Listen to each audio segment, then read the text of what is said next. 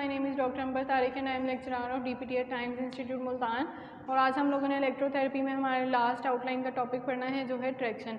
तो traction basically क्या होती है? Application of mechanical force to the body in the way that separates और tends to separate the joint surfaces and elongate the surrounding soft tissues. इसको traction कहते हैं। तीन तरह की ट्रैक्शन हो सकती है। एक है मैनुअल ट्रैक्शन जो थेरेपिस्ट खुद करे, एक होती है मैकेनिकल ट्रैक्शन जो मशीन के थ्रू आप करते हैं, और तीसरी होती है सेल्फ ट्रैक्शन जो पेशेंट को टीच की जाती है कि बॉडी वेट और ग्रेविटी को यूज़ करते हुए उसने ट्रैक्शन कैसे परफॉर्म करनी है। तो सबसे पहले आपके पास इफेक्ट्स आ जाते हैं स्पाइनल ट्रैक्शन के।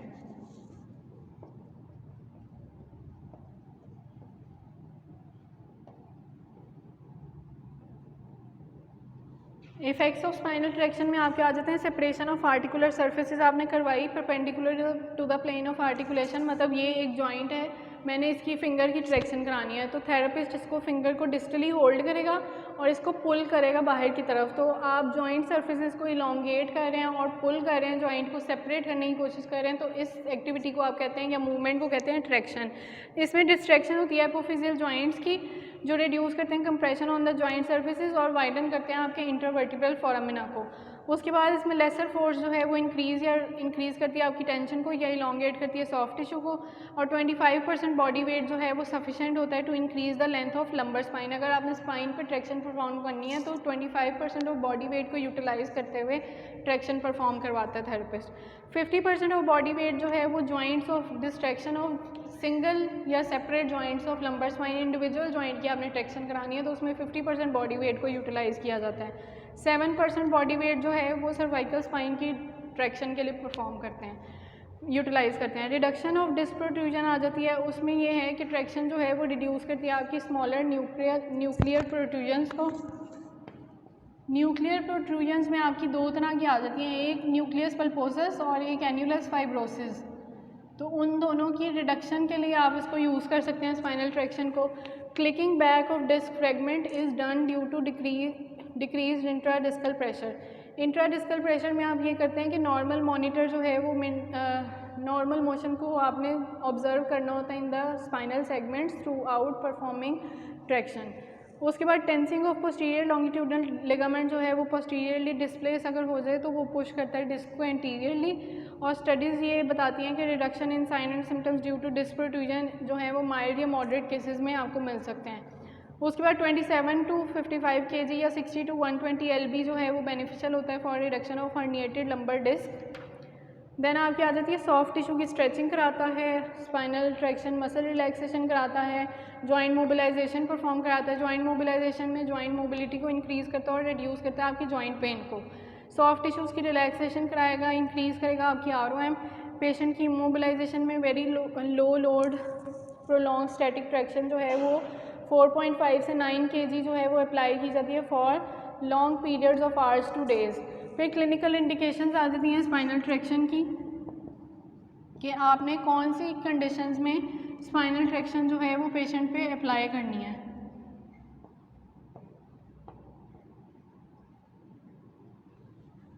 तो उसमें सबसे पहले आपकी आ जाती है डिस्क बल्ज या हर्निएशन में आप अप्लाई कर सकते हैं। नर्व रूट इम्पिंजमेंट अगर हुई हो उसमें डिस्क बल्ज, लिगामेंट इंक्रोचमेंट यानी कंट्यूजन हो सकती है। उसके अलावा narrowing of intervertebral foramen, osteophyte encroachment, spinal nerve root swelling, spondylolisthesis हो सकती है। स्पॉन्डाइलोलिस्थेसिस क्या होती है कि जब एक या एक से ज़्यादा वर्टिब्रे जो हैं वो स्लिप आउट हो जाते हैं of their place on to the bone below it, उसको कहते हैं स्पॉन्डाइलोलिस्थेसिस। फिर जॉइंट हाइपोमोबिलिटी में यूज़ कर सकते हैं। सबसे पहले आ गया डिस्क बल्ज या herniation.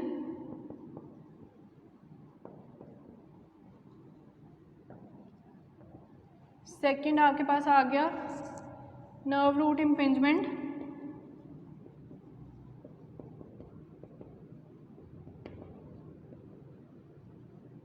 Third one is joint hypomobility.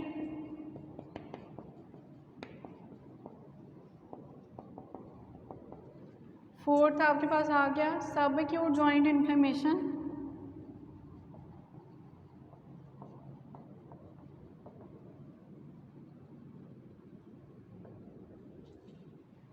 उसके बाद आपके पास आ गया पैरास्पाइनल मसल स्पैज़म।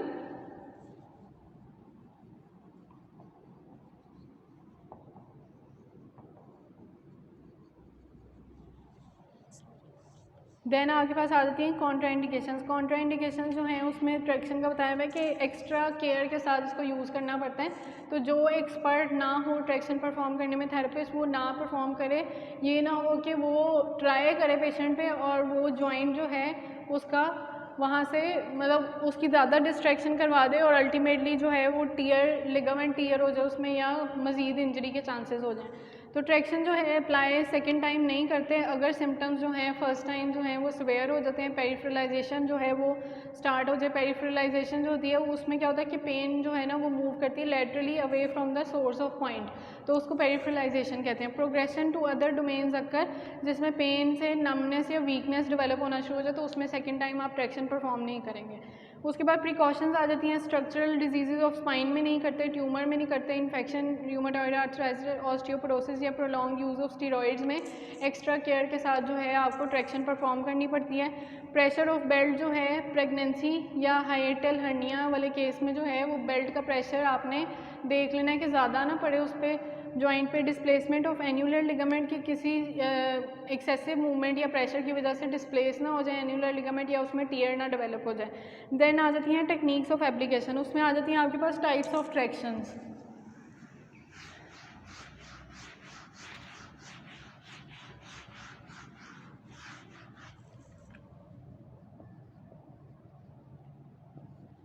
टाइप्स में सबसे पहले आपके पास आ जाता है electronic and weighted mechanical traction.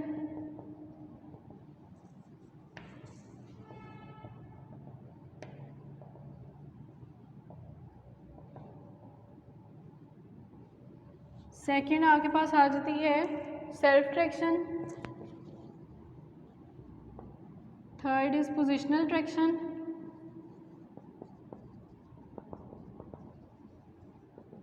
Fourth is manual traction.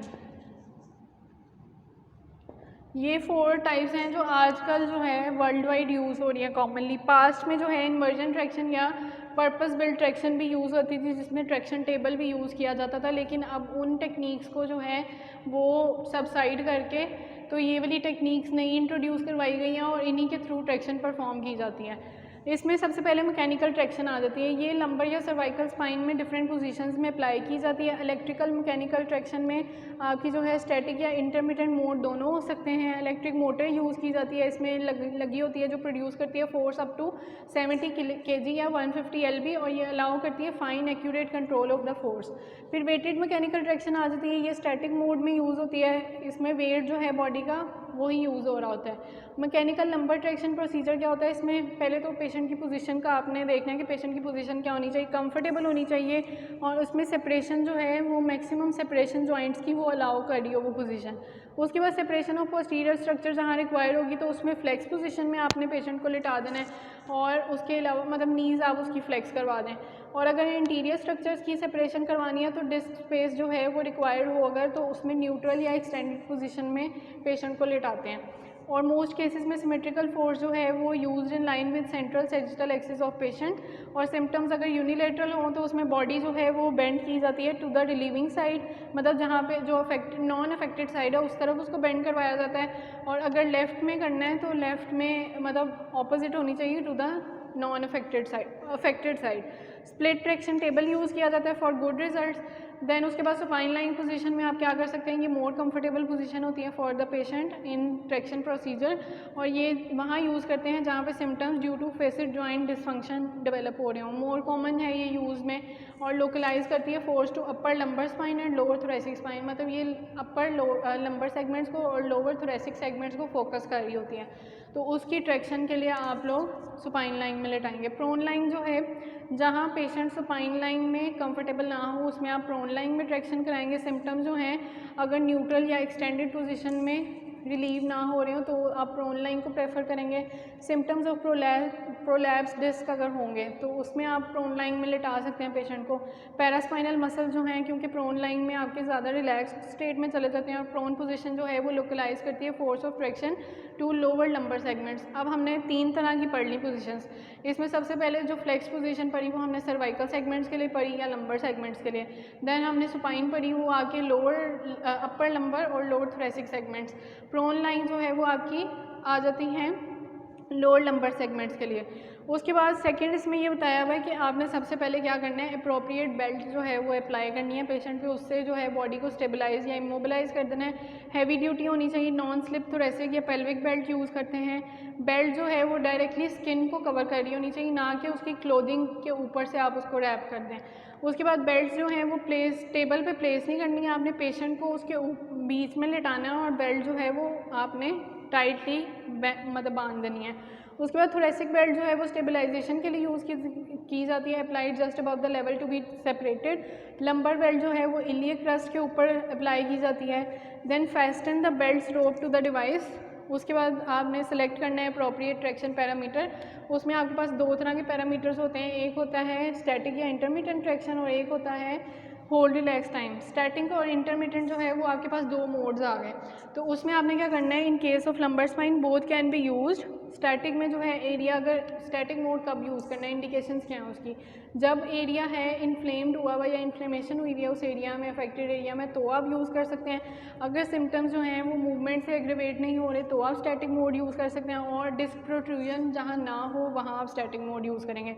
Intermediate जो है वो डिस्क प्रोट्रूजन के लिए या long hold short relax mode use किया जाता है इसमें, और ये फेसिड जॉइंट डिसफंक्शंस के लिए यूज़ किया जाता है। फिर आ जाता है hold relax time. Intermediate traction के लिए आप मैक्सिमम फोर्स अप्लाई करते हैं during hold time and a comparatively lower force during relax time. मतलब कि होल्ड टाइम में आपने मैक्सिमम फोर्स अप्लाई करनी है ट्रैक्शन परफॉर्म करने के लिए, और रिलैक्सिंग टाइम में या रिलैक्सिंग फेज में आपने लोवेस्ट फोर्स जो है वो अप्लाई करनी है या यूज़ करनी है। फॉर डिस्क प्रॉब्लम जो है वो लॉन्गर होल्ड यूज़ किया जाता है 60 सेकेंड्स का और शॉर्टर रिलैक्स 20 सेकेंड्स का, और फेसिड जॉइंट प्रॉब्लम्स में shorter 15 seconds hold relax time जो है वो यूज़ किया जाता है, और सिवियर केसेस में more hold time is used as compare to less severe cases. और सिम्टम्स जैसे ही रिलीव होंगे very short hold and relax time is use, that is 3 to 5 seconds. उसके बाद फोर्स देखनी है आपने कि डिफरेंट रिकमेंडेशंस हैं फोर्सेस की। लंबर ट्रैक्शन के लिए आपके पास 13 to 20 किलोग्राम या 25 to 50 LB हो सकती है, स्टार्टिंग फोर्स है ये फॉर ऑलमोस्ट ऑल केसेस।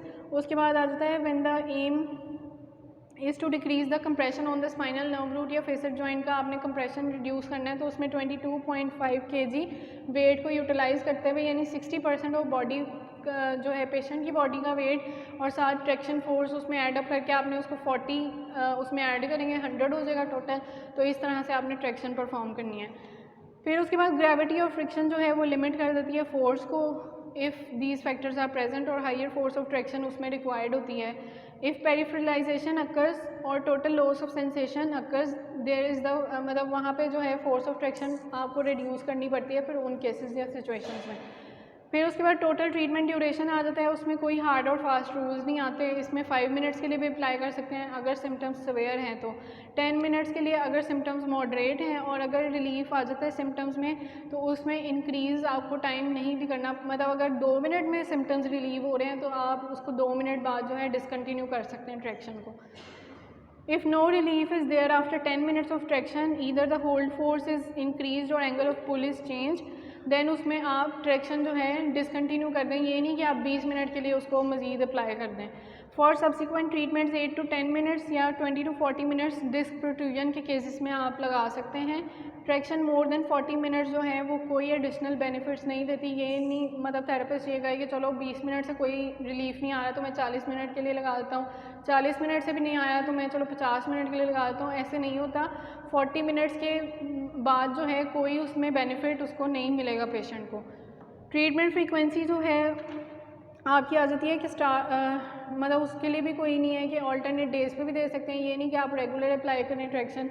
उसके बाद स्टार्ट द ट्रैक्शन, उसमें स्प्लिट टेबल यूज़ कर सकते हैं। Assess the patient response in first 5 minutes, give the patient a mean to stop the treatment in case of any discomfort, release traction and assess the patient's response. इसकी advantages और disadvantages क्या होती हैं? Advantages आपके पास ये आती हैं, force और टाइम इसमें कंट्रोलेबल होते हैं। Once applied the presence of therapist throughout the time is not necessary. उसके बाद डिसएडवांटेजेस, इलेक्ट्रिकल मैकेनिकल ट्रैक्शन जो है वो एक्सपेंसिव होती है, इसलिए दूसरी मैनुअल ट्रैक्शन को प्रेफर किया जाता है इन पाकिस्तान। फिर आ जाती है mechanical cervical traction procedure.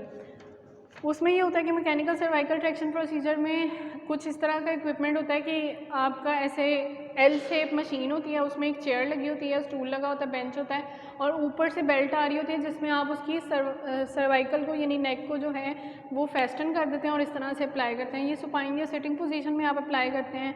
Flexion position में सेपरेशन होती है पोस्टीरियर स्ट्रक्चर्स की या फेसेड जॉइंट्स की, और एक्सटेंशन में आपके पास इंटीरियर स्ट्रक्चर्स की सेपरेशन हो रही होती है।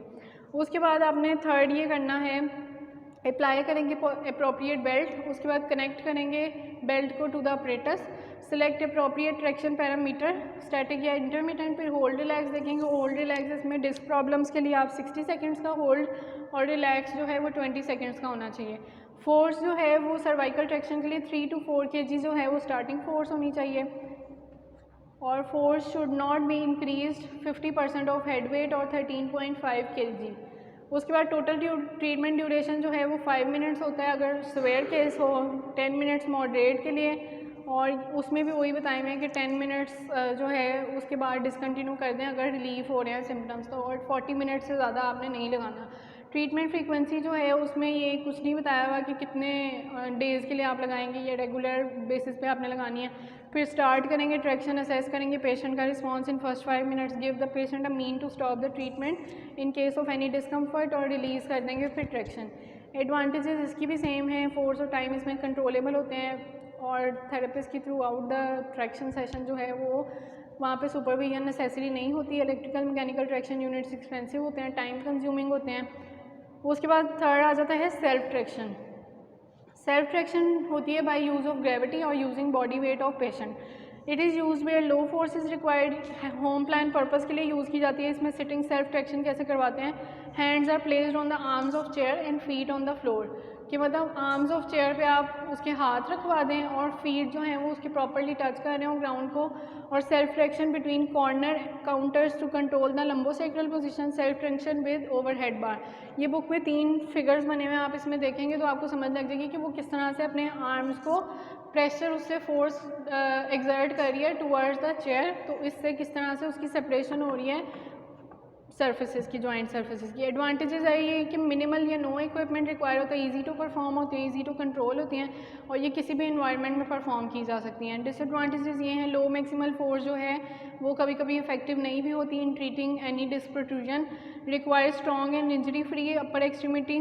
उसके बाद लास्ट आ जाती है आपके पास positional traction, prolonged placement of patient in a position that places tension on one side of the lumbar spine only. ये आप साइड लाइन में करवाते हैं पोजिशनल ट्रैक्शन, और ये स्ट्रेच करती है सॉफ्ट टिश्यूज़ को, रिड्यूस करती है मसल स्पैज़म को। प्रोसीजर इसका ये है कि पेशेंट को स्पाइन साइड लाइन में लिटाया जाता है, इन्वॉल्व साइड जो है वो ऊपर वाली साइड पे होनी चाहिए, पिलो जो है वेस्ट लेवल पे आपने नीचे प्लेस कर देना है, और पिलो जो है वो साइड बेंड वो एक्ट करता है to side bend the lumbar spine and opening the joint surfaces, और रोटेट करवाना है उसको towards the involved side by moving the upper shoulder backwards and lower shoulder forwards. उसके बाद फर्दर रोटेशन करानी है by stretching the inferior lower extremity और hooking the superior foot behind the inferior leg. और इसमें एडवांटेजेस हैं कि ये नो इक्विपमेंट रिक्वायर्ड होता है, इनएक्सपेंसिव है। डिसएडवांटेजेस ये हैं कि लो फोर्स होती है, नो जॉइंट सेपरेशन। और लास्ट है आपकी इसमें मैनुअल ट्रैक्शन, जिसमें लंबर ट्रैक्शन भी करा सकते हैं और सर्वाइकल ट्रैक्शन। ये जो है ये थेरेपिस्ट किस तरह से करवाता है पोजीशन पेशेंट की लंबर ट्रैक्शन में, लीस्ट पेनफुल पोजीशन होनी चाहिए, सुपाइन भी हो सकते हैं, हिप्स और नीज फ्लेक्स्ड हो सकते हैं। पोजीशन जो है पेशेंट नीलिंग पोजीशन में होना चाहिए और पेशेंट फीट जो है वो उसके फेसिंग द पेशेंट होने चाहिए। Place your hands behind the patient's proximal leg at the belly of triceps surae, और ट्रैक्शन फोर्स जो है वो अप्लाई करनी है बाय लीनिंग बैकवर्ड्स। ये एक फिगर बना हुआ है, उसमें आप देखिएगा, या यूट्यूब का वीडियो का लिंक मैं आपको शेयर करूँगी, उसमें देखिएगा, क्योंकि यहाँ पे अभी कोई मॉडल नहीं है जिस पर मैं परफॉर्म करूँ। सर्वाइकल ट्रैक्शन आ जाएगी, उसमें stand at the head end of the patients couch facing the patient, और उसमें लास्ट में आपके पास ये दी हुई है कि सर्वाइकल ट्रैक्शन कैसे परफॉर्म की जाती है। सिंपल थेरेपिस्ट पीछे खड़ा होगा, उसकी नेक को इस तरह से होल्ड करेगा और ट्रैक्शन परफॉर्म करवाएगा। इसमें कोई बेल्ट्स वगैरह की ज़रूरत नहीं होती, थेरा बैंड्स वगैरह यूज़ कर लेते हैं कुछ लोग, और ये सिटिंग पोजीशन में भी करवा सकते हैं। एडवांटेजेस की कि इसमें कोई इक्विपमेंट रिक्वायर नहीं होता, शॉर्ट सेटअप टाइम होता है, फोर्स जो है वो ग्रेडेड फर्मली, मतलब इंक्रीज़ आप उसको ग्रेजुअली कर सकते हैं। थेरेपिस्ट जो है वो मेंटेन करता है through out the traction treatment, मतलब पूरे ट्रीटमेंट को वही कंट्रोल कर रहा होता है। और can be applied before mechanical traction to check either it is beneficial और नॉट। मतलब मैकेनिकल ट्रैक्शन परफॉर्म करने से पहले आप मैनुअल ट्रैक्शन को परफॉर्म करके ये चेक कर सकते हैं कि सिम्टम्स रिलीव हो रहे हैं, ये बेनिफिशियल भी है या नहीं। अगर उसको रिलीव नहीं आ रहा कोई सिम्टम्स में तो आप मैकेनिकल ट्रैक्शन फिर परफॉर्म ना करें। डिसएडवांटेजेस यही हैं कि लो फोर्स ऑफ ट्रैक्शन जो है वो बेनिफिशियल नहीं होती लंबर या फेसिड जॉइंट सेपरेशन के लिए, और ये रिकॉर्ड नहीं इसका किया जा सकता, ये अप्लाई जो है प्रोलॉन्ग पीरियड्स ऑफ टाइम के लिए नहीं अप्लाई की जा सकती, और स्किल्ड थेरेपिस्ट जो है वो रिक्वायर्ड होता है टू परफॉर्म मैनुअल ट्रैक्शन। तो आज हमारा इलेक्ट्रोथेरेपी का सारा सिलेबस ख़त्म हो गया है। थैंक यू, अल्लाह हाफ़िज़।